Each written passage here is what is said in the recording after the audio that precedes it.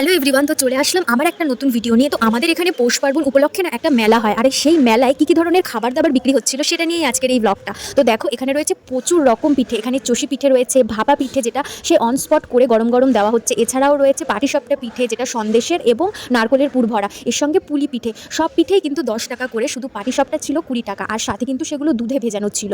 দেখো কি সুন্দর অন স্পট ওখানে করে করে তোমাদের গরম গরম দিচ্ছে। এছাড়াও গন্ধরাজ পুলিও ছিল, আর এর সাথেই এর লাগোয়া একটা দোকান ছিল যেখানে প্রচুর রকম কাটলেট বিক্রি হচ্ছিল। তো আমি নিয়ে নিয়েছিলাম পাটিসাপটা, যেটা খেতে বেশ ভালো ছিল। দেখো এখানে কত রকমের কাটলেট, চিংড়ি, চিকেন, এমনকি ব্রেডেরও কাটলেট ছিল। তো আমরা একটা চিংড়ি আর একটা চিকেনের কাটলেট নিয়ে নিয়েছিলাম। তারপর যাচ্ছিলাম মথুরা কেকের দিকে। দেখো মেলা মানেই হলো মথুরা কেক আর পাঁশকুড়ার চপ, এই দুটো ছাড়া কিন্তু মেলা হয় না। কম দামে পুষ্টিকর খাদ্য। কিন্তু মথুরা কেকের না, এই চিনিতে মাখানো মথুরা কেক আমার একদম পছন্দ হয় না, কারণ আমি মিষ্টি একটু কম খাই। তো এই কারণের জন্য আমরা অল্প চিনি মাখিয়ে নিয়ে নিয়েছিলাম মথুরা কেক, আর তার পাশেই ছিল পাঁশকুড়ার চপ।